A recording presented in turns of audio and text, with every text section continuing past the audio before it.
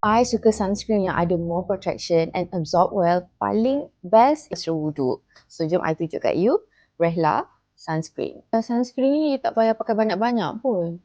Just pakai sikit je.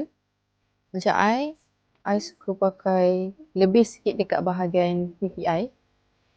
Supaya dekat pipi tu lagi banyak protection.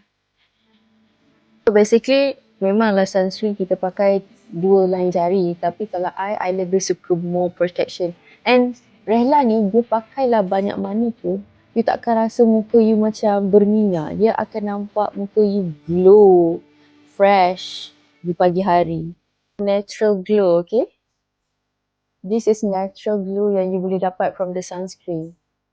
I rasa lightweight je muka I. Apa yang I perasan, dia ada 2 ingredient, which is dia ada bromelain, dia ada daun gelam yang bantu soothing and give a over protection untuk the whole day. Recommend untuk Rehla sunscreen untuk jadikan harian ataupun you nak bawa pergi umrah dengan haji pun boleh.